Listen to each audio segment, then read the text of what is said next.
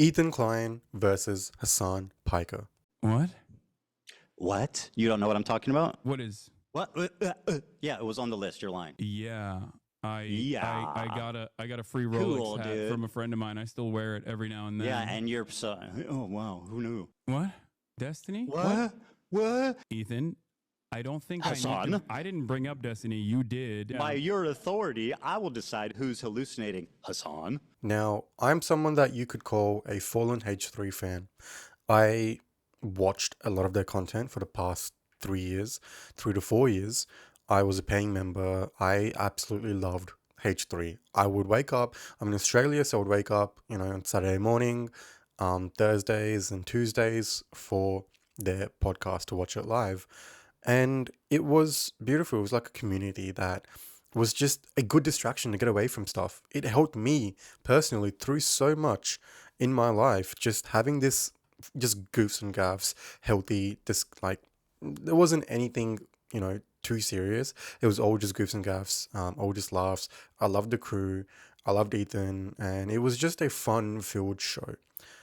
And I always wondered, I love these guys, these people, or at least I thought back then, they were pretty progressive politically. Like, I loved Leftovers with Hasan and Ethan. I thought that was a really good show to educate people in politics. So I thought, this is such a good show.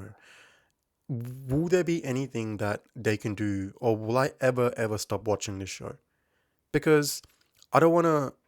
I did wonder this because I didn't want to be someone who was completely blinded by everything, and I didn't want it to feel like a cult.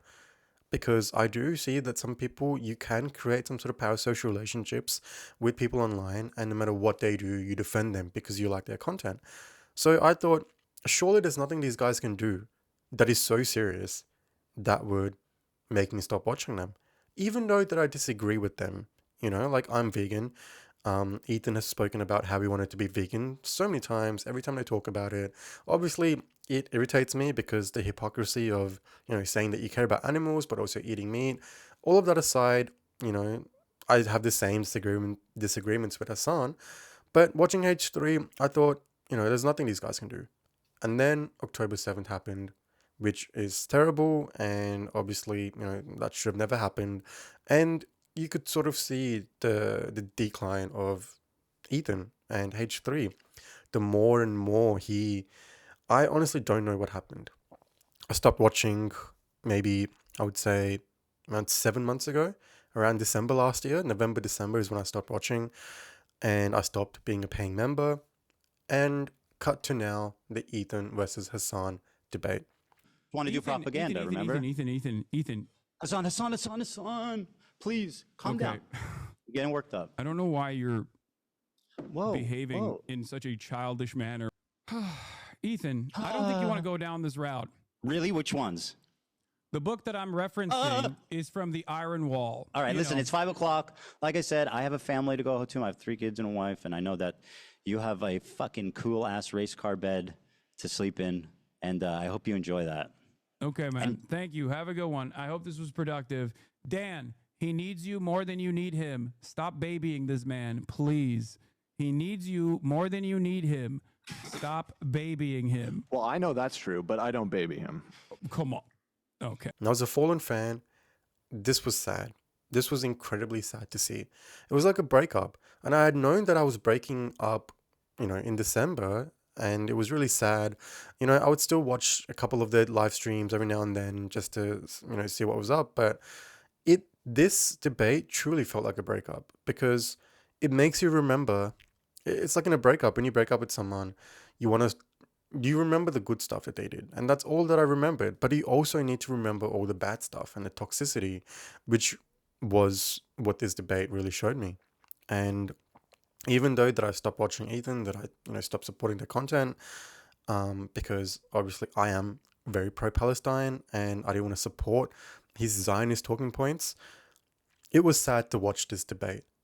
To see that it wasn't even substantial, to see that Hasan Piker came into this debate looking to have a substantial conversation about Israel-Palestine, but then have Ethan just completely childishly mock Hasan for stuttering, mock him for all this random shit that didn't even make sense. It was so childish. It was like Hasan was talking to a child. And if there's any fans out there of H3, I don't know how you could watch that debate and not see how childish Ethan was being.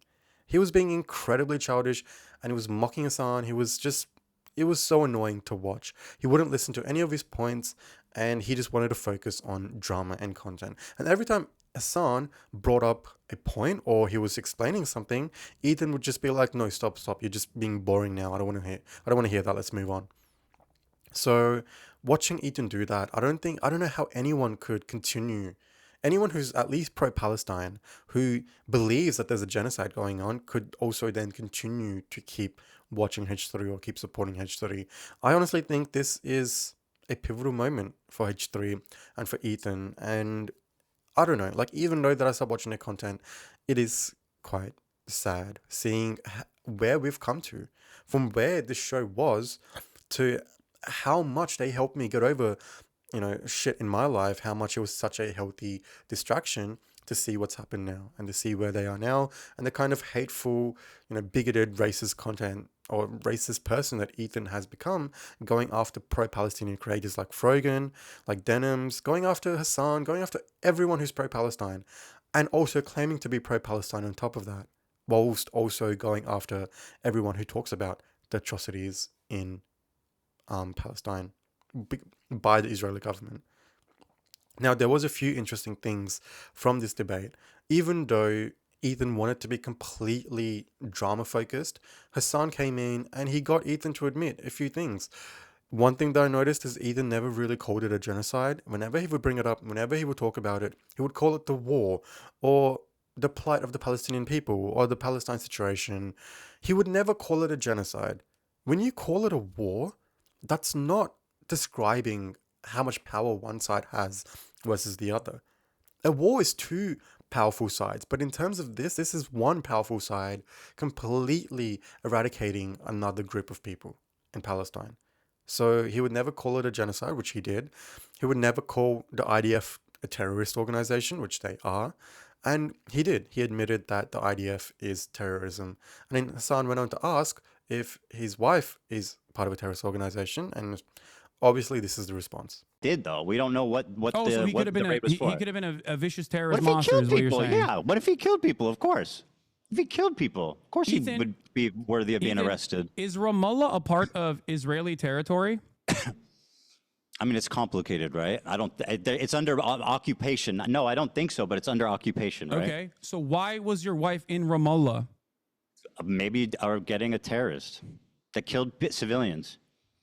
She It's sat in a not car. complicated, Ethan. She It's sat in a not car and complicated didn't at even all. leave it and never Your did wife it again. participated in an illegal raid according to international human rights. That is the reality. Now, I Are understand. you upset the if this importance person of social killed like conditioning. a If she child? were- Would you be upset she if this were to person talk they about- arrested like stabbed people? Like you if don't know what she you're were talking to about. talk about how fucked Okay, up fine. that My wife's a was- terrorist, bro. What the fuck? It's so No, boring. stop. Listen to my words. If she No, were to talk about my how wife fucked is a up that is, terrorist. Very good. as many former IDF vets have on breaking the silence, if she talked about the night raid that she participated But another thing that I've really thought about is, let's leave Ethan aside. Ethan's never going to change. His wife was born and brought up in Israel, and who knows the kind of propaganda that she's been brought up with. But let's just say Ethan will never change. You'll never get through him. The one thing that really annoyed me, that has really been annoying me throughout these entire, few months of Ethan harassing people, doxing people, going after people, suing people. One thing that's really pissed me off is the crew's silence. I've always loved the crew more than I loved Ethan. They were funny. They are, it's just, I felt like, as parasocial as it sounds, every time I watched a podcast, it just felt like I was watching a show and like hanging out with friends online. I love AB. I love Dan. I love Love. I love the whole vibe of the show.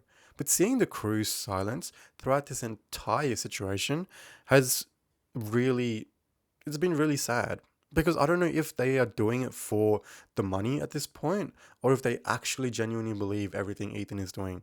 Regardless, the fact that the crew isn't, standing up for all the bullshit that Ethan is spewing out as much lies as he has shown that they don't really care.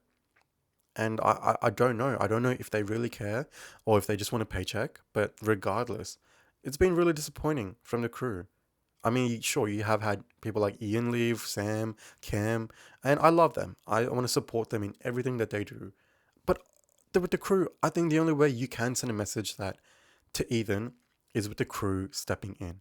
And the fact that they haven't, it's been really telling.